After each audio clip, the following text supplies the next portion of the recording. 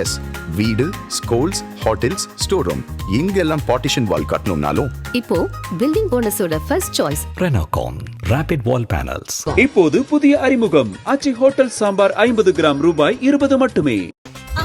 No compromise. உங்க சைடுலயும் எங்க சைடுலயும். It's a GT promise. GT Holidays, South India's #1 travel brand. திமுக காங்கிரஸ் கூட்டணி என்னவாக போகிறது? ஏன் இவ்வளோ உரசல்கள், மோதல்கள்? இதுக்கப்புறம் இவங்க ரெண்டு பேரும் சேர்ந்து பயணித்தால் ஒட்டுமான்றதே ஒரு சந்தேகத்துக்குரியதாக இருக்குது. திரு மாணிக்கம் தாகூர் டெல்லியிலேருந்து சொல்லி அனுப்பியும் பேசிகிட்டே இருக்காரு. ஒரு பக்கம் பிரவீன் சக்கரவர்த்தி, இன்னொரு பக்கம் பொறுப்பாளர் கிறிஸ் ஜோடங்கர், கேசி வேணுகோபால் வேற இதில் இருக்கார் போல, ராகுலே இதில் இருக்கார் போல தெரியுது. நீங்கள் என்ன நினைக்கிறீங்க? முதலமைச்சர் என்ன கருத்து சொல்கிறாருன்னா, தமிழகத்துக்கு ஆட்சி அதிகாரத்தில் பங்கு ஒத்து வராதுன்னு சொல்கிறாரு. டிப்ளமேட்டிக்கான ஒரு பதில். அப்போ அதில் இருந்து முதலமைச்சர்கிட்ட அந்த ஒரு வார்த்தை வருதுன்னா அந்த விஷயம் அன்னையோடு அது முடிஞ்சு இருக்கணும். அது முடியல, அது அதுக்கப்புறமா பேசு பொருள் ஆகுதுன்னா, அப்போ நான் என்ன நினைக்கிறேன்னா, ராகுல் காந்தியோட ஒப்புதலோடு தான் இந்த பிரச்சனை பெருசாகுதுன்ற மாதிரி புரிஞ்சுக்கிறேன். நீங்கள் ஏன் வளரல அப்படின்னு போனதுக்கு என்னால் லைனாக சொன்னேன்னா ஒரு 7-8 காரணம் சொல்ல முடியும். சுருக்கமாக உடச்சி சொல்லணும்னா, பாரதிய ஜனதா கட்சி தமிழ்நாட்டுக்கு பண்ண துரோகத்தை விட காங்கிரஸ் கட்சி தான் அதிகமாக துரோகம் பண்ணியிருக்கு. இதுதான் வரலாறு, இதுதான் உண்மை. தமிழகம் அப்படின்னு வரும்போது காங்கிரஸ் கட்சி செய்த துரோகம் தான் ஜாஸ்தி. 77 கச்சத்தீவை கொடுத்தது, 2009 இலங்கையில் ஈழத்தமிழர்கள் இறந்தது, 2017 ஜல்லிக்கட்டு, 2019 நீட்டு. இந்த 5 சம்பவத்தில் 4 சம்பவத்தில் காவு. நீங்களும் காவு, விஜயும் காவு, அவரும் கூட்டம் போனால் காவு வாங்குது, நீங்களும் எத்தனை ஒரு சில திட்டங்களால் காவு வாங்குது. அதனால் காவும் சேர்ந்து என்ன பண்ணுது? இப்போது அது தூய சக்தின்னுது, இவங்க நட்பு சக்தி. இன்றைக்கி பிஜேபிக்கு என்னென்ன உதவி பண்ணுமோ அத்தனையும் பண்ணுறது இவங்க தான். உறவாடி கெடுக்கிறதுன்னு ஒன்று இருக்குது. அந்த வேலையை தான் இப்போ மாணிக்கம் தாக்கூர், பிரவீன் சக்கரவர்த்தி, அதுக்கப்புறம் அந்த கிரீஷ் ஜோடங்கர்லாம் பண்ணியிருக்காரு. 2024 பாராளுமன்ற தேர்தல் வந்தது. அப்போல்லாம் ஒன்றும் நிமித்தி ஜெயிக்க வைக்க முடியல, ராகுல் காந்தியை பிரதமராக விட முடியல. இப்போ இங்கே ஒருத்தர் முதலமைச்சராக உட்காந்து இருக்கிறாரு தமிழகத்தில், யார்? ஸ்டாலின் அவர்கள். அது பிடிக்கல, திமுக தோக்கடிக்கணும். ராகுல் காந்தி ஸ்டாலின் அவர்களே அண்ணன் சொன்னது உண்மை. ஆமாங்களா? அண்ணன் சொன்னார், மாணிக்கம் தாகூர் அதை சொல்றாரு. அண்ணன் தானே, ரைட்டு. அண்ணனோட மாநிலத்தில் அவர் முதலமைச்சர் இருக்கும்போது 41 பேர் கரூரில் காவாயிட்டாங்க. நன்றி உபயதாரர் ஐயா விஜய் சார். விஜய் சார் போனப்போ 40 பேர் இறந்துட்டாங்க. இறந்தப்போ நீங்கள் யாருக்கு ஃபோன் பண்ணி விசாரிக்கணும்? As per procedure protocol chief minister is the number 1 person. அதை தாண்டி அண்ணன், அதை தாண்டி கூட்டணி, 3 விஷயத்தை தாண்டிட்டு நீங்கள் விஜய்கிட்ட ஃபோன் பண்ணி பேசுகிறீங்க. விஜய்யா கஷ்டப்பட்டார்? இல்லை விஜய்க்கு எதனா பாதிப்பா பர்சனலாக? இன்னைக்கு மாணிக்கம் தாக்கூர் சொல்கிறாரு, காங்கிரஸ் கட்சியை தீர்க்கமாக எதிர்க்கிறதுக்கு யாருன்னா காட்டுங்கன்னு. ஏன் ஆர்ஜேடி லல்லு பிரசாத்தை பார்த்தா தெரியலையா? லல்லு பிரசாத் யாதவுக்கு உடம்பு சரியில்லை இருந்ததுன்னா தோரணையே வேற. முலாயம் சிங் பார்த்தா தெரியலையா? அவங்கெல்லாம் உங்கள் கூட இருக்கவே உங்கள் பழப்பு ஓடிச்சு. UPA 1 UPA 2 அதில் திமுகவை சேர்த்துக்காங்க. சிவசேனா வந்தாங்க, நம்பி வந்துட்டார். உத்தவ் தாக்கரேவை முதலமைச்சர் வேட்பாளர் சொல்கிறதுல உங்களுக்கு என்ன பிரச்சனை? உங்களுக்கு இருக்கா முதலமைச்சர் வேட்பாளர் இருக்கிறாங்களாங்க? இல்லை பிஜேபி நீங்கள் அப்படியே வச்சு கதம் பண்ணுவீங்களா? முச்சு விட்டீங்களா? என்ன பண்ணீங்க நீங்கள்? எல்லா இடமும் ஆட்ட கட்சி மாட்ட கட்சி ஒவ்வொரு மாநிலத்தையும் முடிச்சு இப்போ கட்சியில் தமிழ்நாட்டில் நிற்கி இந்த பஞ்சாயத்து. நான் இப்போ சொல்கிறேன், ராகுல் காந்தி ஒரு நாள் இல்லைனாலும் ஒரு நாள் பிரதமர் ஆகிறது உறுதி. ராகுல் காந்திக்கு பெரிய பிரச்சனைனா, விஜய் அவர்களை போலவே அவருக்கும் பெரிய அளவுக்கு அரசியல் தெரியல, அரசியல் புரியல.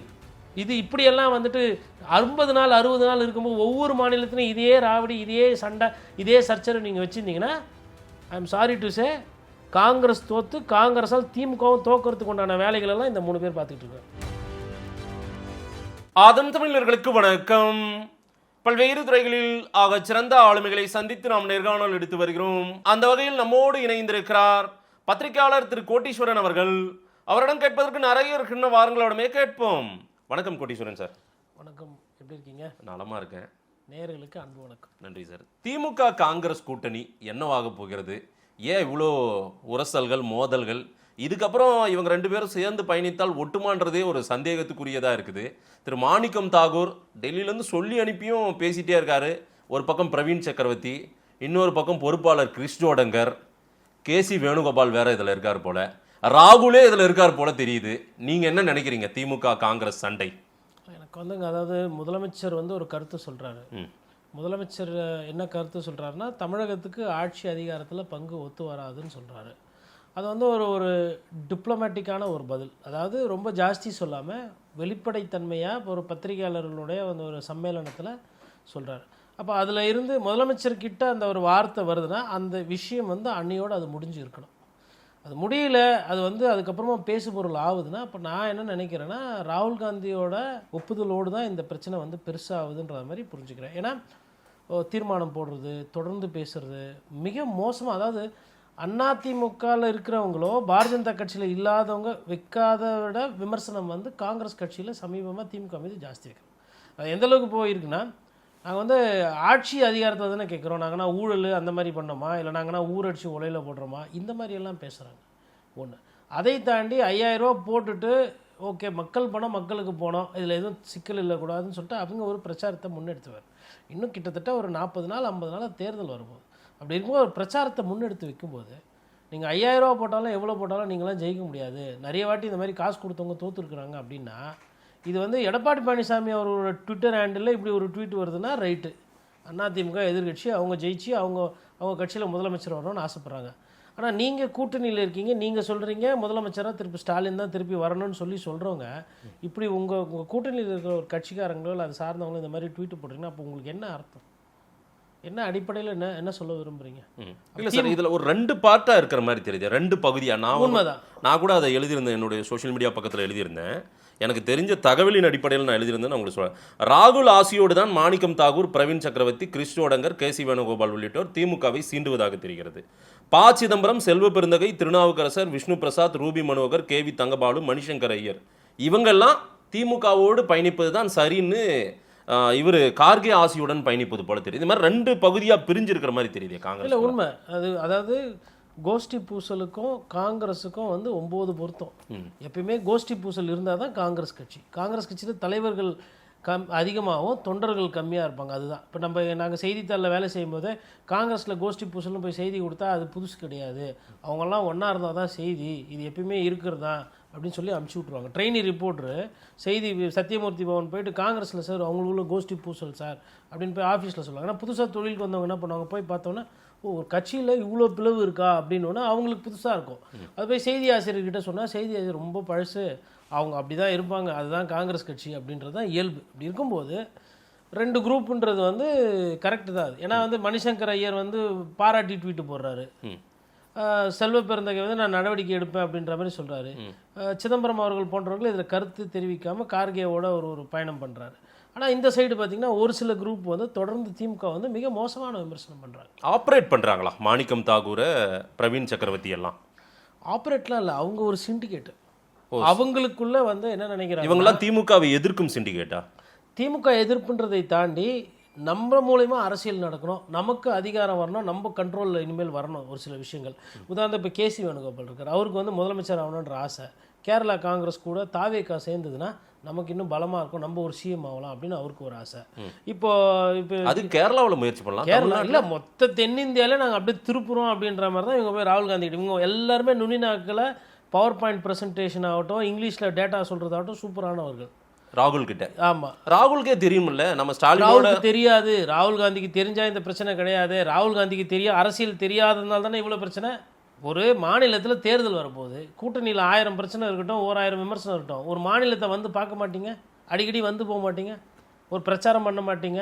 இல்லை பாரதிய ஜனதா எதிர்ப்பு அப்படின்றதுல இன்றைக்கி ஐயா மாணிக்கம் தாக்கூர் சொல்கிறார், நாங்கள் தான் எதிர்க்கிறோம், நாங்கள் தான் பேசுகிறோம். நீங்கள் என்ன பேசுனீங்க? தமிழ்நாட்டில் கண்டி காங்கிரஸ் வந்து கூட்டணி கண்டி காங்கிரஸ் இல்லைன்னா காங்கிரஸ் என்றைக்கோ பார்சல் கட்டி அனுப்பிச்சிட்ருப்பாங்க.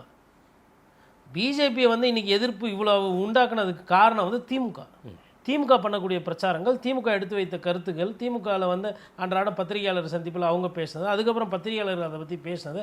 அதனால தான் இன்றைக்கி வந்து பிஜேபி மேலே ஆன்டி மோடி வேவ் இங்கே ஸ்ட்ராங்காக இருக்குது. மற்றபடி இன்னொரு ஒரு மாணிக்கம் தாக்கூர் சொல்கிறாரு, காங்கிரஸ் என்ன பண்ணுச்சு, நாங்கள் வளரக்கூடாதா, நாங்கள் பண்ணக்கூடாதான்னு. நீங்கள் ஏன் வளரலை அப்படின்னு போனதுக்கு என்னால் லைனாக சொன்னோன்னா ஒரு 7-8 காரணம் சொல்ல முடியும். சுருக்கமாக உடச்சி சொல்லணுன்னா, பாரதிய ஜனதா கட்சி தமிழ்நாட்டுக்கு பண்ண துரோகத்தை விட காங்கிரஸ் கட்சி தான் அதிகமாக துரோகம் பண்ணியிருக்கு. இதுதான் வரலாறு, இதுதான் உண்மை. பாரதிய ஜனதா கட்சி மேலே என்ன விமர்சனம், வரியை ஏற்றிட்டாங்க, 18% ஜிஎஸ்டி, சாக கிடக்கிறவனு கூட வரி, வண்டியில் போனால் சுங்க வரி, வரி தீவிரவாதம் இருக்குது அப்படின்றத நானே பதிவு பண்ணியிருக்கேன். நான் பிஜேபி அவ்வளோ விமர்சனம் பண்ணிக்கிட்டு இருப்பேன்.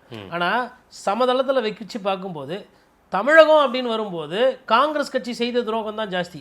பிஜேபி மீது அதிகமான குற்றச்சாட்டு என்ன? இல்லை மோடி அவர்களோட ஆட்சியில் தமிழகத்துக்கு பணம் கொடுக்கறதில்ல, கஜா ஒக்கிக்கெல்லாம் பணம் கொடுக்கல, வஞ்சிக்கிறாங்க, திட்டம் காசு கொடுக்கறதில்ல, திட்டங்கள் செய்ய முடியல, இவ்வளோதானே.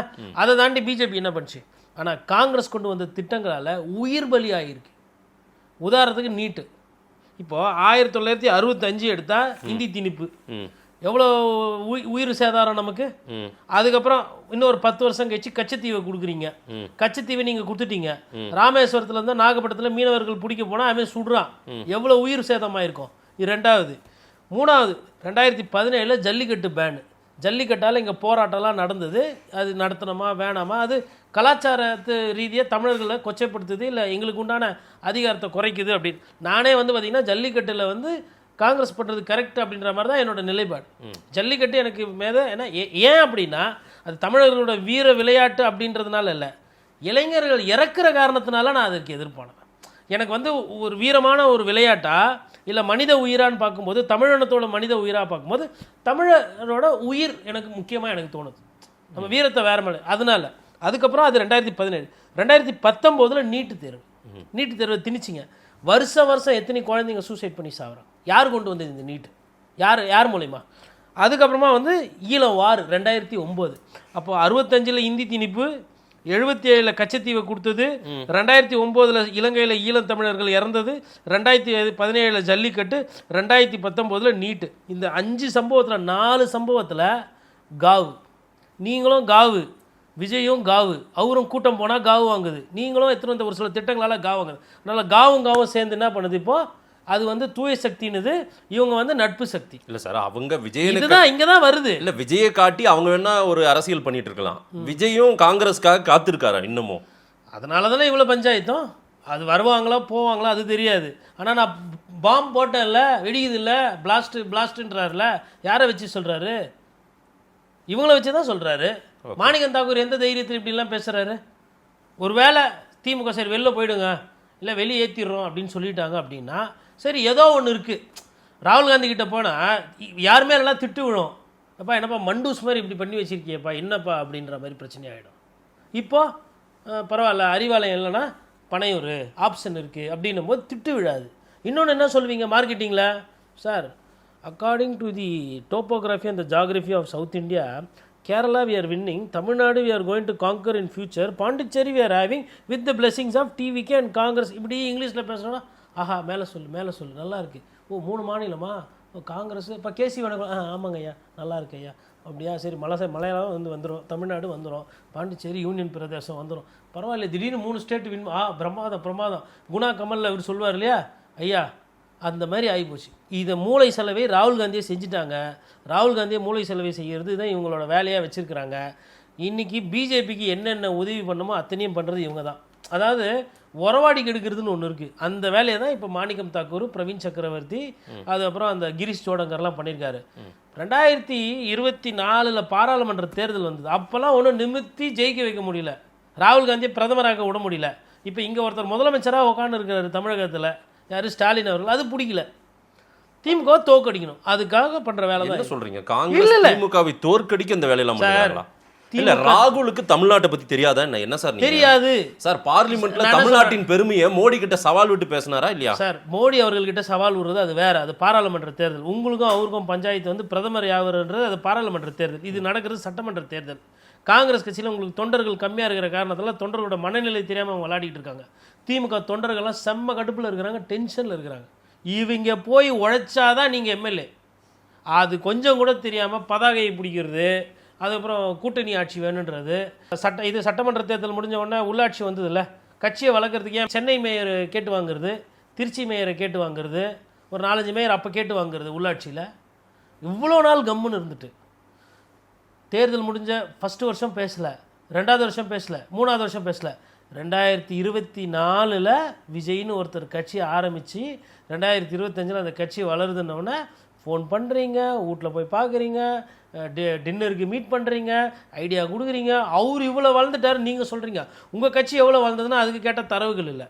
தாவேக்கா நல்லா வந்துச்சு, தாவேக்கா ஒரு மூன்றாவது பெரிய சக்தியாக வந்துச்சு அப்படின்னு நீங்கள் என்ன பண்ணீங்க? விஜயை நம்பி டிஎம்கேவை பண்ணுறீங்க. இப்போ இதெல்லாம் ஆகுனா நீங்களே ஆல்ரெடி நான் 5 விஷயம் சொன்னேன். எப்போல்லாம் காவு வாங்கிருக்குதுன்னு இவங்க திட்டங்கள் தமிழ்நாட்டுக்கு கொண்டு வந்தப்பா. இந்த மாதிரி பிஜேபி கொண்டு வந்த ஒரு விஷயத்தினால தமிழ்நாட்டில் உயிர் போயிருக்கா? நீட் பிஜேபியை கொண்டு வந்தது இல்லை, கச்சத்தீவு குத்தது யார்? காங்கிரஸ் திமுக கட்சியில் தானே. அதனால தான் அங்கே துப்பாக்கி சூடு நடக்குது. ஏன்னா நம்ம மீனவர்கள் அங்கே போய் பிடிச்சா என் எல்லை கோட்டில் நீ வராதான்னு சொல்லி சுடுறான். இன்னி வரலாம் அந்த பிரச்சனை இருக்குது. அதுக்கப்புறம் உங்களுக்கு வந்து அப்போவே மொழி போராட்ட பிரச்சனை, இப்போது இந்தி வந்து வருது. அப்போது நான் என்ன பார்க்குறேன்னா, பிஜேபி ஒரு சில பிரச்சனைகள் கொண்டு வரும், மொத்த இந்தியாவும் பாதிப்பாகும். ஆனால் இவங்க கொண்டு வந்த ஒரு சில திட்டங்கள் தமிழ்நாட்டை பிஜேபியை விட அதிகமாக பாதித்த ஒரு கட்சி இருக்குன்னா அது காங்கிரஸ் கட்சி. இது எதுவுமே விஜய்க்கு தெரியாது. இந்த இஷ்யூ நம்ம இப்போ பேசணும் இல்லைங்களா? 65 அதாவது 2 வருஷம் வண்டி மனப்பாடம் பண்ணி வச்சுக்கிறாரு. எம்ஜிஆர் ஆட்சிக்கு வந்த வருஷமும் அண்ணா ஆட்சிக்கு வந்த வருஷத்தை வண்டி மனப்பாடம் பண்ணி வச்சுக்கிறாரு. அது நடுவில் அந்த பஸ்ஸில் போட்டிருந்தாங்க பார்த்தீங்களா? 67, 77 நடுவில் 2026 போட்டிருந்தாங்க. நடுவில் கொஞ்சம் பக்கத்தை காணுன்ற மாதிரி. அப்பா என்னப்பா முன்னாடி வரலாறும் இல்லை, நடுவில் சப்ஜெக்டும் இல்லை, ஃப்யூச்சரும் இல்லை. நான் கேட்குறேன்ல, 65 இந்தி திணிப்பு, 74 கச்சத்தீவு போச்சு, 2009 ஈழம் வாரு, ஈழத்தில் இறந்தாங்க, 17 ஜல்லிக்கட்டு, 19 நீட்டு பேன். இதெல்லாம் காங்கிரஸ் கட்சியில் இருந்து. இந்த காங்கிரஸ் கட்சி தூய சக்தி, நம்ம நட்பு சக்தின்னு பேசினது 100% விஜய் அவர்கள் வந்து காங்கிரஸை வச்சு தான் பேசினார். அந்த கூட்டணியில் குண்டு வெடிதுன்றாருல, எந்த கூட்டணியில் இப்போ குண்டு வச்சுது? அதிமுக கூட்டணியில் யாருன்னா கூட்டணியில் ஆட்சி வேணும், அமைச்சரவையில் பங்கு வேணும்னு யாருன்னா கேட்டாங்களா? இப்போது கப்சுப்புன்னு இருக்குதா அந்த கூட்டணி? எல்லாரும் அமைதியாக இருக்கிறாங்களா? யாரும் யாரை பற்றியும் விமர்சனம் பண்ணுறதில்ல.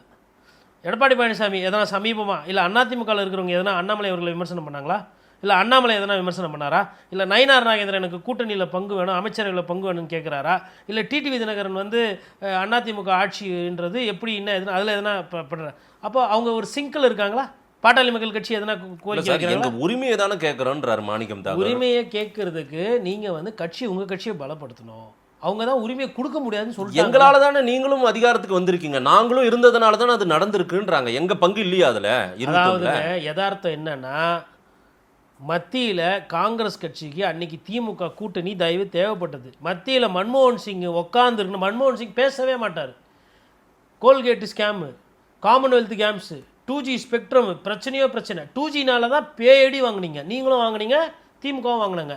2Gயில் ஊழல் குற்றச்சாட்டு ப்ரூவ் பண்ணல, அதெல்லாம் வேற. ஒரு பிரச்சாரம் பேசப்பட்டு அந்த 1, 7, 6 அதுக்கப்புறம் எத்தனை ஜீரோனே தெரியாது, அவ்வளோ ஜீரோ போகும், அவ்வளோ கோடி ஊழல் சொல்லி பிரச்சாரம் பண்ணப்போ தோத்தது உண்மை. அப்போ 2 பேரும் சேர்ந்து இருந்தது உண்மை. அப்போது அன்றைக்கி சேர்ந்து கூட்டணியில் இருந்தீங்க, அமைச்சரவையில் அப்போல்லாம் நல்லா இருந்தது. அப்போ அன்றைக்கி வந்து திமுக அவங்க கூட இல்லை அப்படின்னா ஆட்சி போயிருக்கும். அதனால் நீங்கள் கொடுத்தீங்க. இப்போ நாளைக்கு திமுக ஒரு வேளை 100 சீட்டு ஜெயிக்கிறாங்க, நீங்கள் ஒரு 20 சீட்டு ஜெயிக்கிறீங்க. அப்போ 120 சீட்டு, 118 மெஜாரிட்டி, 120 இருக்குன்னா தானாக அமைந்துட்டு போகுது ஆட்சி, அமைச்சரவை. அப்போ வந்து ஸ்டாலின் அவர்கள்னா கொடுக்க முடியாதுன்னு சொல்ல முடியுமா? கூட்டணியில் ஆட்சியில் சார் அதை தான் ஒரு செய்தியாக அவங்க பதிவிடுறாங்க சார். அது எப்போ தேர்தலுக்கு பின்பு பார்த்துக்கலான்னு கூட திமுக ஒரு வார்த்தையை சொன்னால் அது முடிஞ்சிரும்ல? தேர்தலுக்கு பின்னாடி பார்த்துக்கிறதுனா அது மக்கள் முடிவு பண்ணுற வேலை. சரி, இவ்வளோ பஞ்சாயத்தில் மாணிக்கம் தாக்கூர் ஐயா சொல்கிற ஒரு விஷயம் உண்மை. கூட்டணி ஆட்சி வேணுமா இல்லை ஒரு கட்சி தனியாக ஆட்சிக்கு வர்றோமான்னு முடிவு பண்ண போகிற ஓனரு, எஜமானர்கள் மக்கள். மக்கள் எப்படி ஓட்டு போடுறாங்களோ அதை வைத்து தான். தேர்தலுக்கு பின்னாடி அதை பேசிக்கிறது ரைட்டு.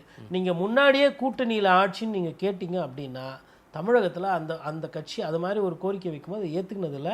அது திமுகவுக்கு ஒரு பெரிய பின்னடைவு. சரி, இப்போ ஆட்சியில் பங்கு, அதிகாரத்தில் பங்கு. இப்போ ஒரு 3 அமைச்சர் கேட்பீங்களா இல்லை 4 அமைச்சர்? எந்த திமுக அமைச்சரை காவு கொடுக்க போறீங்க?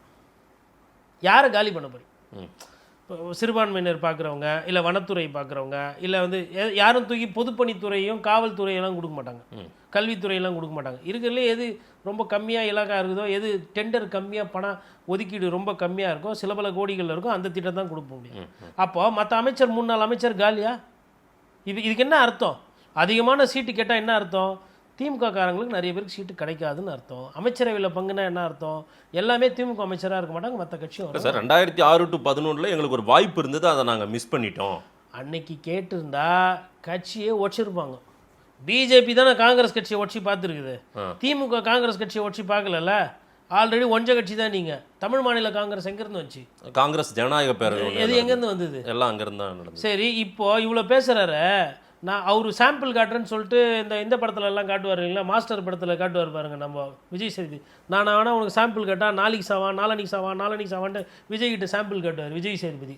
அந்த மாதிரி ஒரு 4 பேரை சாம்பிள் காட்டினா என்ன பண்ணுவார் இவர்? 4 பேர் திமுகவில் போய் சேர்றாங்க, இல்லை கட்சியே உடைக்கிறாங்க திமுக. இப்போ அரசியல் பண்ணிட்டா எல்லாமே அரசியல் தானே, இது பண்ண மாட்டாங்கன்னு என்ன கேரண்டி? அப்படி திமுகவை விட்டு காங்கிரஸ் வெளியேறதுன்னு ஒரு முடிவு எடுத்தால் அந்த நிலைக்கு கூட காங்கிரஸ் தள்ளப்படுமா? காங்கிரஸ் தள்ளப்படும். Congress is vulnerable.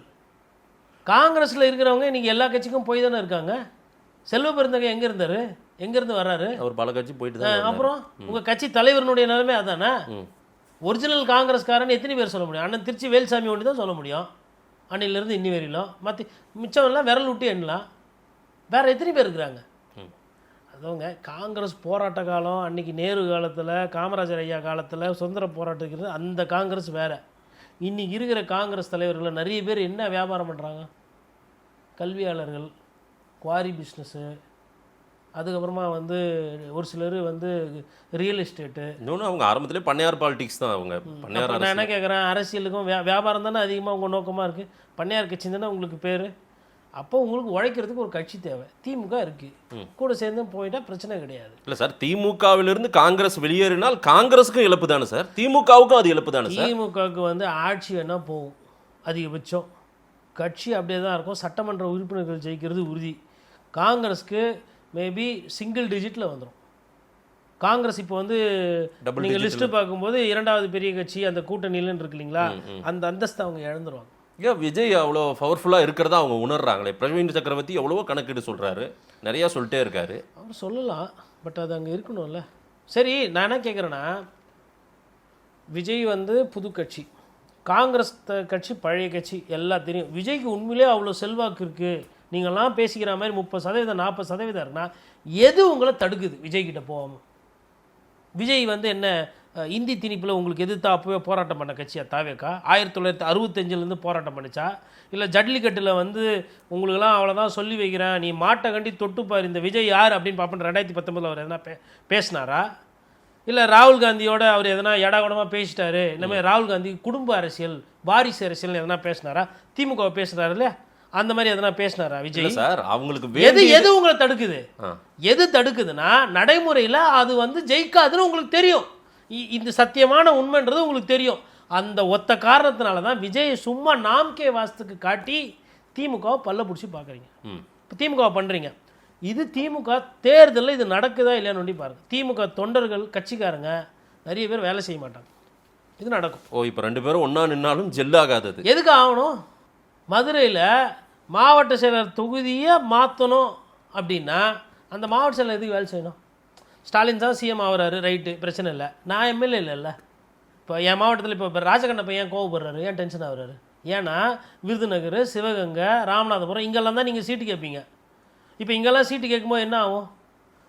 என்னோட எம்எல்ஏ, அதாவது என் கட்சிக்காரங்க யாரா ஒருத்தர் இருப்பார், நகர செயலாளர் இருப்பார், இல்லை மாவட்ட அமைப்பாளர் இருப்பார், இளைஞர் அணியில் இருப்பாங்க, யாரோ ஒருத்தர் இருப்பாங்க. ஆல்ரெடி திமுகவில் என்ன பிரச்சனை?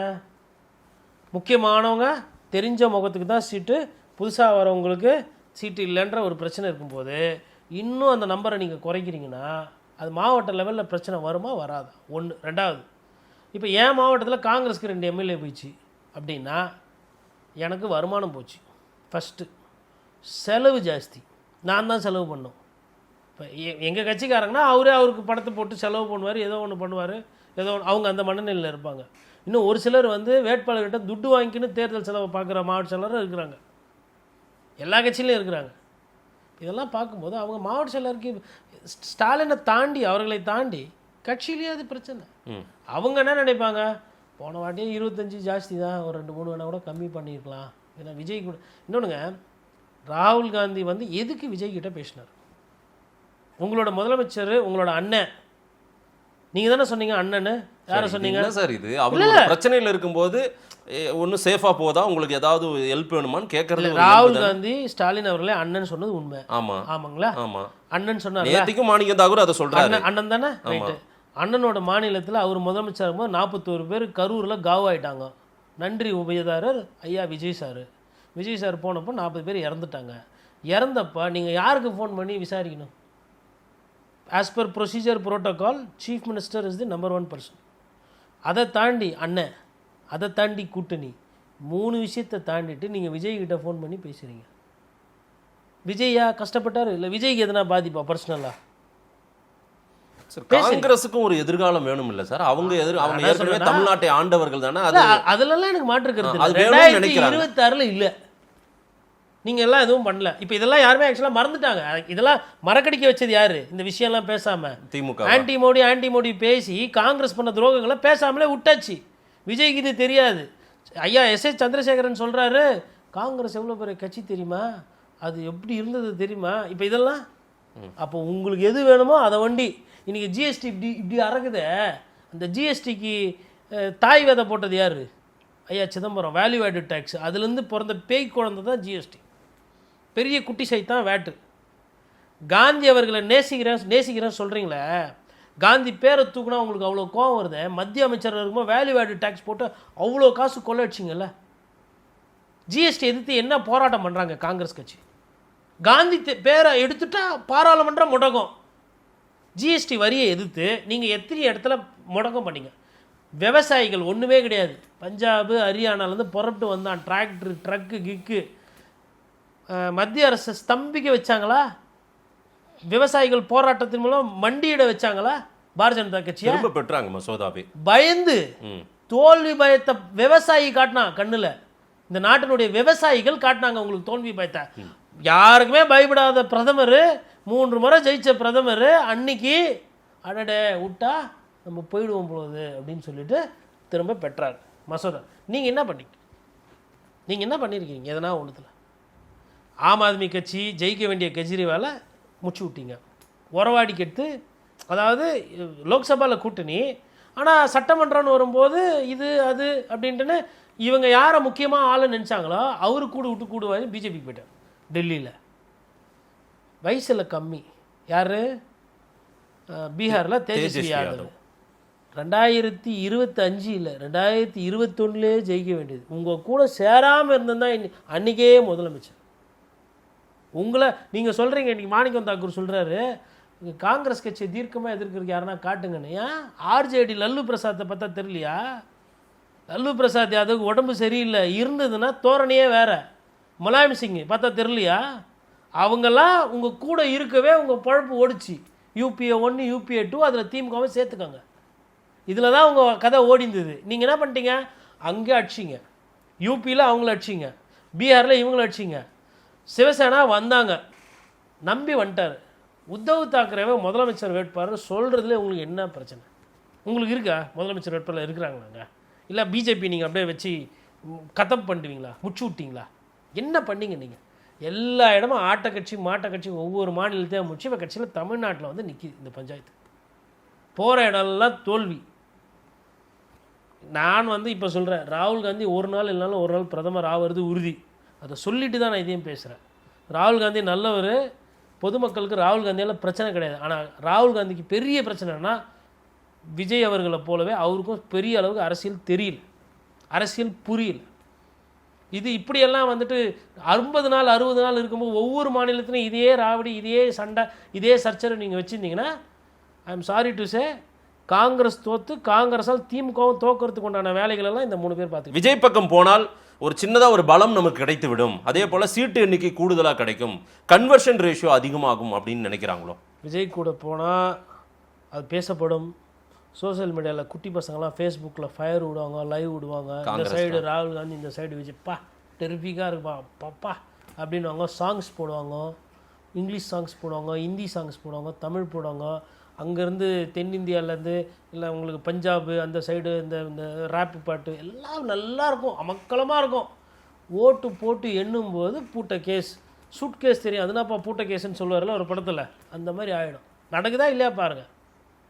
நான் சொல்றதுல எது நடந்தாலுமே விஜய் ரொம்ப அண்டர் எஸ்டிமேட். நான் விஜய்லாம் நான் அரசியலை கரெக்டாக எஸ்டிமேட் பண்ணுறேன். விஜய்க்கும் கணிசமான வாக்குகள் இருக்கும்போது நான் சொன்னேன் இல்லைங்களா, காங்கிரஸ் நல்ல கட்சின்ற மாதிரி தான் அவங்க நிலைப்பாட்டில் இருக்காங்க. இந்த 5 கேள்வியில் நிறைய காவு ஆகி போயிருது. இவரும் காவு, அவங்களும் காவு. இந்த இதை எதனா என்னைக்குனா பேசியிருக்காரா இவர்? சீமான் சாருக்கு ஒண்டி என்ன அண்ணனுக்கு ஒண்டி வலிப்பா இதெல்லாம் பேசிட்டு எதுக்கும் என்ன பஞ்சாயத்து காங்கிரஸுக்கும் சீமானுக்கும் எதுக்கு அவர் எதிர்க்கிறாரு? நம்ம தமிழ் இனத்தை அவங்க அதனால அவர் திமுக எதிர்க்கலையா? எதிர்க்கிறாரு. இவன் ஆட்சிக்கு எதிரினா அவன் இன எதிரின்றாரு. எதுக்கு சொல்கிறாரு? அரசியல் தெரியும், அரசியல் புரிதல்னால சொல்கிறாரு. திடீர்னு 4 சாங் போட்டு வைப்பு போட்டால் நீங்கள் ஒன்றாயிடுவீங்க. அப்போ அந்த காலத்தில் இதெல்லாம் பார்த்தவங்க, இந்த சப்ஜெக்ட் தெரிஞ்சவங்க, அரசியல் தெரிஞ்சவங்க அதை எப்படி பார்ப்பாங்க? எதுக்கு உங்களை நம்பணும்? ஏன் நீங்கள் நான் என்ன கேட்குறேன்னா, சரி அவருக்கும் ஆள் இல்லை, உங்களுக்கும் ஆள் தேவைப்படுது, நீங்களும் கூடு விட்டு கூடு வரணுன்றீங்க. அவரு எம்ஜிஆர் உடம்புக்குள்ள பூரலாமான்னு பார்த்துனுக்கிறாரு, நீங்கள் விஜய் சார் உடம்புல பூரலாமான்னு பார்த்துக்கிறீங்க. நான் என்ன சொல்கிறேன், நீங்கள் ஏன் பூந்துக்க கூடாதுன்னு கேட்குறேன். பூந்து நில்லுங்க, என்ன வருதுன்னு பார்த்துருவோமே. சொல்லியே பண்ணிடுறீங்க, அடிச்சு காட்டுங்க, ஆடுங்க. விஜய் சார் உங்களுக்கு யாருன்னா மாணிக்கம் தகர் முதலமைச்சராக போகிறாரா, இல்லை சிதம்பரம் முதலமைச்சராக போகிறாரா, இல்லை சிதம்பரம் சார் வீட்டில் கார்த்தி சிதம்பரம் சார் பிரச்சனை பண்ண போகிறாரா, அன்புமணி ராமதாஸ் மாதிரி? இல்லைல்லப்பா உனக்கு வயசாகிடுச்சுப்பா, இனிமேல் நான் தான்ப்பா. ஒரு பிரச்சனையும் இல்லை. டிவிகேல சிஎம் கேண்டிடேட் யார்? விஜய் சார். காங்கிரஸ் கட்சிக்கு முதல்வர் வேட்பாளர் ஏற்றுக்கிறது எந்த பிரச்சனையும் இல்லை. அப்புறம் என்ன சார் தடுக்குது உங்களை? என்ன தடுக்குது? அவங்களுக்கு அறிவு இல்லையா? தாவேக்கால அன்பு இல்லையா? இல்லை விசில் அடிக்கிறதுக்கு ஆள் இல்லையா? இல்லை இளைஞர்கள் இல்லையா? இல்லை விஜய்க்கு வசீகரம் இல்லையா? எது இல்லை? குணம் இல்லையா? கோட்பாடு இல்லையா? எல்லாம் இருக்கே. உங்கள் வாதம் பிரகாரம் என்ன கேட்டிங்கன்னா நான் அதை போய் மாற்றி பேசுவேன். இதுக்கு எனக்கு அங்கே என்னென்ன பிரச்சனைன்றது தெரியும். உங்களை பொறுத்தவரை all is beautiful, all is colourful, all is fair. இல்லை ஏன் நீங்கள் போகக்கூடாது? இவ்வளோ பேச்சு பேசிட்டு இவ்வளோ பஞ்சாயத்து பண்ணிட்டு எதுக்கு அறிவாலயத்துக்கு தான் போக போகிறீங்க திருப்பி? அதுக்கு எதுக்கு பேசுவானே? கூட்டணியை பலவீனப்படுத்துகிற வேலையை எதுக்கு பண்ணுவானே? 2 மாதத்துக்கு முன்னாடி இதே இடத்துல உட்காந்து நீங்களும் நானும் பேசணும். இந்த மாதிரியா பேசணும்? அன்றைக்கி அதிமுக மோசமான சூழ்நிலை இருக்குது, கூட்டணியில் திமுக முன்னணியில் இருக்குது, திமுக முந்திக்கிறது, முதல்வருக்கு நல்ல ஒரு பேச்சு பொருள் இருக்குது, வசீகர், இதே தான் நானே பேசினேன். இப்போ நான் சொல்கிறேன், இப்படியே போச்சுன்னா திமுக தோற்றுரும். இதுக்கு காரணம் நானா? நிகழ்வுகள், நடக்கிற விஷயம். தேர்தல் அந்த கடைசி 40 நாள் ரொம்ப முக்கியம். பர்செப்ஷன் என்று சொல்லுவோம். ஸோ இப்போது பல ஸ்டேட்டு, அதாவது அரவிந்த் கெஜ்ரிவாலை சொன்னீங்க, தேஜஸ்வி யாதவ் பீகாரை சொன்னீங்க, அந்த மாதிரி ஒன்றா காங்கிரஸ் தேவையில்லாமல் இந்த மாதிரி குட்டிச்சாத்தான் வேலைகளை செய்து அவங்க பண்ண வேலையை தமிழ்நாட்டிலையும் பண்ணிட்டு உட்காந்துருக்காங்க. ஆந்திராவில் பண்ணாங்க. ஒய்எஸ்ஆர் ஜெகன் இறந்துட்டார், அப்பா இறந்துட்டார், நான் பார்த்துக்கிறேன் எனக்கு கொடுங்கன்னாங்க. இமோஷ்னலாக டவுனாக இருக்குது ஸ்டேட்டு, சிம்பத்தி வேவ் அதிகமாக இருக்குது. ஒரு கேள்வி வரும், வாரிசு அரசியலை காங்கிரஸ் ஊக்குவிக்கணுமான்னு. ஃபஸ்ட்டு. 2வது பிரச்சனை, ஜெகனுக்கு அனுபவம் இருக்கா? இந்த 2 தான் பிரச்சனை. ஆனால் அப்பா செத்துட்டார் பாவம், அதனால் மகனை உட்கார வச்சாங்க அப்படின்னா ஜெகனுக்கு அந்த கெப்பாசிட்டி இருந்தது. ஜெகன் விஜய் சார் மாதிரி வீட்டில் உட்காந்துக்கிறவர் கிடையாது, தெருவாக போகிறவர். அதாவது அவரும் வெள்ளை சக்கா போட்டுக்கிறாராம், இவரும் வெள்ளை சக்கா போட்டுக்கிறாராம், அவரும் பீச்சி கலரில் பேண்ட் போட்டிருப்பாரா, இவரும் பீச்சி கலர் பேண்ட்டில் போட்டால் இவர் ஜெகன் ஆகிடுவாராம். ஜெகனு தெருவாக சுற்றுற பிரீடு. சந்திரபாபு நாயுடு மாதிரி ஒரு ஆளுக்கிட்ட டேர் பாலிடிக்ஸ். சந்திரபாபு நாயுடு திருப்பி விட்டாரா? ஓ அரசியல் நீ எனக்கு காட்டுறியாப்பா, நான் உனக்கு திருப்பி காட்டுறேன்னு சொல்லிட்டு சந்திரபாபு நாயுடு கம்பேக். அப்போ அவ்வளோ டைட்டாக அரசியல் பண்ணுறவர் ஜெகன். இவர் ஜெகன் மாதிரி இவருக்கு மைண்டில். ஜெகனை என்ன பண்ணாங்க காங்கிரஸ்? ஏன் இன்றைக்கி ஆந்திராவில் லோல்படுது காங்கிரஸ்? ஏன்னா ஜெகனை ஆந்திரா மக்கள் என்ன நினச்சாங்கன்னா, காங்கிரஸ் கட்சி ஆந்திராவில் உயிரோட்டமாக இருந்ததுக்காக ஒய்எஸ் ராஜசேகர் ரெட்டி. ஆமாம், அவர் விபத்தில் மறந்துடுறாரு. மறைவுக்கு பின்னாடி அவரோட மகனுக்கு அந்த சக்தி இருக்குது அப்படின்னு அவங்க பார்த்தாங்க. மக்கள் ஏற்றுக்கிட்டதுனால இன்னொன்று அவர் நடந்தார், ஆந்திரா முழுக்க நடந்தாருங்க. வாரிசகல்னு ஜெகனை பேசும்போது அப்பா மறைவுக்கு பின்னாடி தான் பொசிஷன் எடுக்கிறார். எஸ், அதுக்கு முன்னாடி ஜெகன் ஒரு ரோல்லாம் கிடையாது. அங்கே தலை குடும்பத்தில் ஒருத்தர் தலை சாயுது, அதோட பிளட்டு பொசிஷன் எடுக்குது, டைனாஸ்டி எடுக்குது. கரெக்ட். எடுத்தோன்னே முதலமைச்சர் கிடையாது, எதிர்கட்சி, எம்எல்ஏ, கஷ்டம், கேஸ் எல்லாத்தையும் பண்ணி தான் அந்த மாதிரி ஒரு நபரை ராகுல் காந்தி எப்படி விட்டுருக்கலாம் சொல்லுங்கள்? நீங்கள் கேட்டிங்கல்ல எதுக்கு இவ்வளோத்தையும் சொல்லணும்னா, இது மாதிரி ஒரு தலகர்த்தா இல்லை இது மாதிரி ஒரு ஒரு ஒரு ஆள் பை ரிலீஜியஸ் ப்ராக்டிஸு கிறிஸ்டின்னு ஹூ கோஸ் டு திருப்பதி, திருமலாக்கும் போவாப்புல, சர்ச்சுக்கும் போவாப்புல, எப்படி பார்த்தாலும் காங்கிரஸுக்கு எண்ட் டு எண்டு தச்சு போட்ட மாதிரி இது ரேமண்ட் மாடல் மாதிரி ஜெகனு. எப்படி விட்டீங்க நீங்கள் ஜெகனை? அதான் அந்த மாடலில் இப்போ ஒருத்தர் போய் இப்போ அடுத்து ஸ்டாலின் சாரை விடுறதுக்கு உண்டான வேலை நடக்குதுங்க. அதான் அந்த சாயலில் இப்போ விஜயை பார்க்குறாங்க போல தெரியுது. அந்த சாயலில் விஜய் பார்ப்பாங்கன்னா அப்போ அவர் இன்னும் திருப்பதிலாம் போகலையா விஜய் சார்? திருப்பதி எல்லா ஸ்டேட்டுக்கும் வேலை செய்யும், தமிழ்நாட்டுக்கும் வேலை செய்யும், அவர் எங்கேயுமே போக மாட்டார். இப்போ சொல்லிட்டீங்களா, நாளைக்கு ஏழுமலையான் ஒரு படத்தை வச்சு வீட்டிலே பூ போடுவார், இப்படி போடுவார். நல்லா பண்ணுவாங்க, இதெல்லாம் நல்லா பண்ணுவாங்க. அங்கேயே உள்ளே பக்கத்துலேயே மகாபலிபுரம் சிலைகள்லாம் கேட்டிங்கன்னா அங்கேயே செஞ்சு கொடுத்துருவாங்க. வாங்கிட்டு வந்து பனையூரில் வச்சிட்டிங்கன்னா அங்கேயே பூ பழம் புஷ்பம்லாம் போட்டு அங்கேயே பூஜை பண்ணிவிட்டு. திமுக காங்கிரஸ் அதாவது கூட்டணி பெரியாரோட ஃபோட்டோ வச்சுக்கிறீங்க, பூமி பூஜை எல்லா இடத்துலையும் போடுறீங்க. இன்னும் ஒன்று இதை செய்யுங்க இல்லை அதை செய்யுங்க. ஒன்று விநாயகர் படம் வச்சு பூமி பூஜை போடுங்க, ரைட்டு, பிரச்சனை கிடையாது. இல்லை பெரியாரை வச்சுக்கோங்க. இல்லை பெரியாரை முழுசாக ஏற்றுக்கலன்றாங்கல்ல, அவங்களுமே சொல்கிறாங்க அந்த கடவுள் மறுப்புல எல்லாம் நாங்கள் கொஞ்சம் மாறுபட்டு தான் நிற்கிறோம். அப்போ நான் இப்படி புரிஞ்சுக்கிறேன். அதாவது இப்போ ஒரு ஜூஸ் கடைக்கு போகிறீங்க, ரஸ்னா இது, பெப்சி இது, பப்பாளி ஜூஸ் இது, சாத்துக்குடி இது, எல்லாம் இது. ஒருத்தர் போயிட்டு தக்காளி கொஞ்சம், சாத்துக்குடி கொஞ்சம், பைனாப்பிள் கொஞ்சம், ரஸ்னா கொஞ்சம், அப்புறம் அந்த பெப்சி கொஞ்சம் ஊற்றினா, ஆனால் சோடா மாட்டேன் அதை ஊற்றினா. அப்படி தான் பெரியார் கொஞ்சம், அம்பேத்கர் கொஞ்சம், அப்புறம் எம்ஜிஆர் கொஞ்சம், அம்மையார் ஜெயலலிதா கொஞ்சம், அப்புறம் விஜய் அண்ணா கொஞ்சம். என்னங்க இது? 2 பேர் அழகாக வச்சுட்டு போயிருக்கலாம். அவர் என்னை கேட்டிருந்தாங்கன்னா இந்த சைடு அர்னால்டு, இளைஞர்கள் ஜிம்முக்கு போகிறீங்க முறுப்பாக இருப்பீங்க. இந்த சைடு அப்துல் கலாம் ஐயா, அறிவாளி, நம்ம தாத்தா, யாரும் கண்டுக்கல, உலக அளவில் அரசியல் பண்ணுறீங்க, சீஃப் மினிஸ்டர் ஆஃப் இந்தியா. அதனால் அர்னால்டு ஸ்வாஸ்நகர் அவர் நடிகர்லேருந்து தான் வராரு. உலக அளவிலையா? ஆமாம், அவங்க அந்த ஒரு 2 பேரும் ஒரு சிங்கரை போயிட்டு பைக்கில் போயிட்டு டிவிகே சீஃப் மினிஸ்டர் ஆஃப் இந்தியான்னு அந்த மீம்ஸ் ஒன்றாச்சுல்ல, அந்த ஆள் பயந்துட்டார். வாட் டிவிகே அப்படின்னு. அது பயங்கரமாக வைரல் ஆச்சுங்களே. அப்போது Arnold global leader, Trump Vladimir புட்டினுக்கு ஈக்குவலாக நிகராக போனோம். அவரும் ஹாலிவுட் ஆக்டரு, நம்ம அண்ணன் நேஷ்னல் லெவலில் ஆக்டரு. சரியாக போயிடுச்சா? அவரும் பயங்கரமாக மசிலாக இருப்பார், இவர் படத்தில் தெரிய விடுவார். சரியாக போயிடுச்சு. அப்புறம் அறிவாளி அப்படின்றதுக்கு அதை வேணால் அப்துல் கலாம் ஐயா ஃபோட்டோ வச்சு காட்டிக்கலாமா? 2 தலைவர் முடிஞ்சு போச்சா? நம்ம ஊர் பாஷையில் ஒரு ஸ்டேட்மெண்ட் சொல்லுவாங்க சார், அரசனை நம்பி புருஷனை கைவிட்ட கதைன்னு சொல்லுவாங்கல்ல, அந்த மாதிரி விட்ட கதைலாம் இல்லைங்க, கை விட்டாச்சு. ஏன் அப்படின்னா திமுக இருங்க சார், இன்னும் முடியாது. இல்லை திரும்ப அவங்க கூட்டணி அங்கேயே இருக்கட்டும், பிரச்சனையே கிடையாது. தொண்டர்களோட நம்பிக்கை இழக்கக்கூடாது. நீங்கள் யாராக வேணா இருங்க, பிரதமராக இருங்க, முதலமைச்சராக இருங்க, அமைச்சராக இருங்க, எம்எல்ஏவாக இருங்க, எதிர்கட்சியில் இருங்க, தொண்டனோட வெறுப்பையும் தொண்டனோட கஷ்டத்தையும் நீங்கள் புரிஞ்சிக்கல, உணரலாம், மன்னிக்க மாட்டாங்க. திமுகவினர் அவ்வளோ கோபமாக இருக்காங்க. ஆமாம், ஏன் கோவப்படக்கூடாது? அவங்க கொஞ்சம் நஞ்ச பேச்சா 30 பேர் 40 பேரை வச்சு 7 தீர்மானம் போட தெரிதுன்னா, அவங்க ஒரு மாவட்டத்துக்கு 30,000 பேரை கூட்டுற கெப்பாசிட்டிக்கு இது. அவங்க தீர்மானம் போட்டால் நீங்கள் தாங்குவீங்களா? ஒன்று. இன்னொன்று, அவங்களே ஆல்ரெடி கோவத்தில் இருப்பாங்க. யார்? திமுக காரங்களே. நிறைய நேரத்தில் பார்த்தீங்கன்னா இந்த உண்மையை யாருமே பேச மாட்டாங்க. தொண்டர்களோட உழைப்பு இல்லாமல் தான் நிறைய நேரத்தில் கட்சி தூக்குது. ஏன் அப்படின்னா 5 வருஷம் இருந்தீங்க, எதுவும் செய்யலை, எம்எல்ஏ புர்ருன்னு காரில் போயிடுவார், மாவட்ட செயலர் கண்டுக்கவே இல்லை. எனக்கு என்ன செஞ்சார்? கட்சிக்காரன் தான், நான் வேஷ்டி தான் கட்டுனுக்கிறேன், எனக்கு என்ன பண்ணார்? என் பிள்ளைக்கு வேலை வாங்கி கொடுத்தாரா? இல்லை எனக்கு எதனா ரோடு கான்ட்ராக்ட் எதனா எடுத்து கொடுத்தாங்களா? நான் பேசுகிறது யதார்த்தம். இது நல்லதா கெட்டதா அதுக்குள்ளெல்லாம் நான் போகல. கட்சிக்காரங்க எதுக்கு உங்கள் கட்சியில் இருக்கணும்? ஏதோ ஒரு திட்டம், ஏதோ ஒரு ஸ்கீம்னா ஒரு பெனிஃபிட் இருக்கணும். கட்சிக்காரனுக்கும் அதே 1000 ரூபாய் தான் கொடுக்குறீங்க, ஓட்டு போடாதவங்க 1000 ரூபாய் கொடுக்குறீங்க. அப்போ வித்தியாசம் இருக்குல்ல. இப்போ நான் கட்சிக்காரன், நான் போய் ஒரு 300 ஓட்டு இல்லை 100 ஓட்டு வாங்கி கொடுக்குறேன், என்ன பண்ணீங்க? இதே பிரச்சனை அதிமுகவில் கடந்த காலத்தில் இருந்தது, அதிமுக தோற்றுது. இதே பிரச்சனை இன்றைக்கி திமுகலையும் இருக்குது. அப்போ நீங்கள் தொண்டர்களை ஃபஸ்ட்டு புரிஞ்சுக்கணும், தொண்டர்களோட அவங்களோட மனநிலை. இதுக்கு கூட காங்கிரஸ் கட்சி போல் இந்த தொண்டர்களை ஆல்ரெடி கோவத்தில் இருக்கிற தொண்டர்களை இவங்க வேறு உசுப்பேற்றி விடுறது, இதெல்லாம் இதான். இப்போது நான் எதுக்கு சொல்கிறேன்னா, அண்ணன் திருமாவளவனும் ஐயா மருத்துவர் ராமதாஸும் கூட்டணி சேர்ந்தாங்களா? பெக்காத மகன் திரும்ப கட்டி பிடிச்சினாரா? இணைந்த கைகள் கட்டி பிடிச்சிக்கினாரா? பிள்ளையா ஏற்றுக்கினாரா? அவர் அப்பாவை ஏற்றுக்கினாரா? எல்லாம் சேர்ந்துட்டாங்களா? தமிழர்கள் ஒன்றானமா? நம்ம மரபு அதான். எல்லாருமே வயசில் பெரியவங்களை பார்த்தா ஐயா அப்பா அத்தான்னு கூப்பிடுவோம், நம்ம மரபு அது. சேர்ந்துட்டோம். கீழே சேர்ந்தாங்களா? இல்லை. அதான் அரசியல். இது விஜய்க்கு சுத்தமாக பிடிக்காது, தெரியாது. விசில் அடிக்கிறவங்கெல்லாம் தாவேகா தொண்டர்கள். அவங்க பொழுது போலன்னு கூட அடிச்சிருப்பாங்க, என்டர்டெயின்மெண்ட் கூட அடிச்சிருப்பார். ஒருத்தர் இறந்து போனார், அவரோட பூர்வீகமே இப்போ தான் தெரியும். அவர் வெளியூருக்காரு, இங்கே செட்டில் ஆயிருக்காரு. அவர் எந்த கட்சிக்கு ஓட்டு போட்டார், இல்லை சும்மா கூட்டுன்னு வந்தாங்களா, இல்லை அவரு உங்களை பார்க்க வந்தாரா? இப்போ நான் பாம்பே போகிறேன், ஷாருக் கானை பார்க்கணுன்னு ஆசையாக இருக்கும், பார்த்தா நான் ஷாருக் கான் தேர்தல்னா ஓட்டு போட போகிறேன்னு அர்த்தமா? இப்படியெல்லாம் நம்புகிறாங்க. அதுதான் அங்கே சிக்கல். அந்த அரசியல் புரிதல் என்பது மிக மிக குறைவாக சமீப காலமாக இருக்கிறார் ஒரு தலைவர் அப்படின்னா அது விஜய் தான்.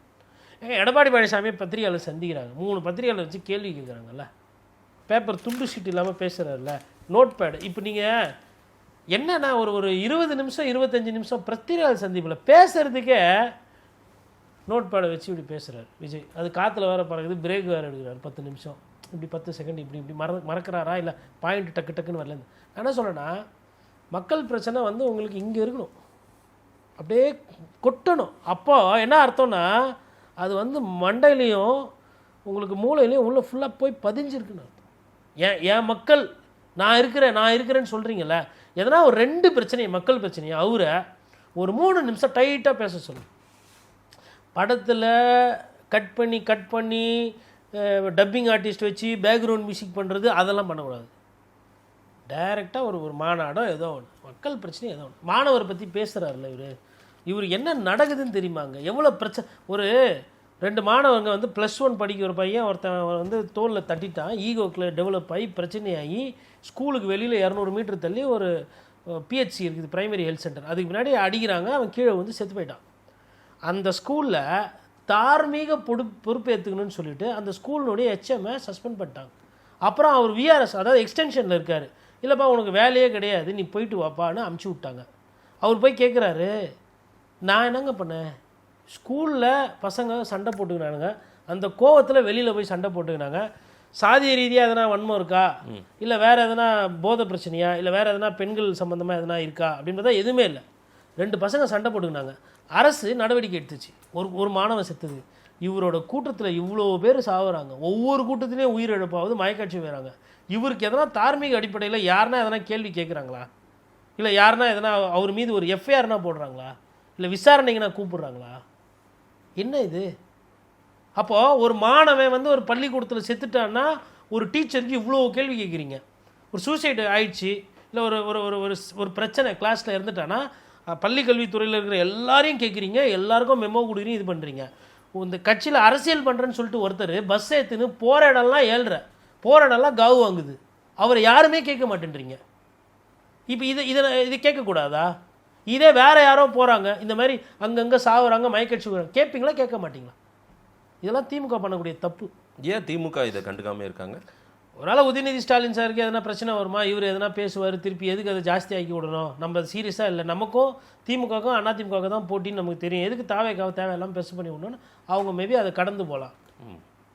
திமுக காங்கிரஸ் கூட்டணியில் என்ன நடந்துட்டு இருக்கு, அதே போல் காங்கிரஸ் என்னென்னா தமிழ்நாட்டுக்கு துரோகம் பண்ணியிருக்கு, அதெல்லாம் இது ஏன் இந்த அளவுக்கு மறைக்கப்பட்டது?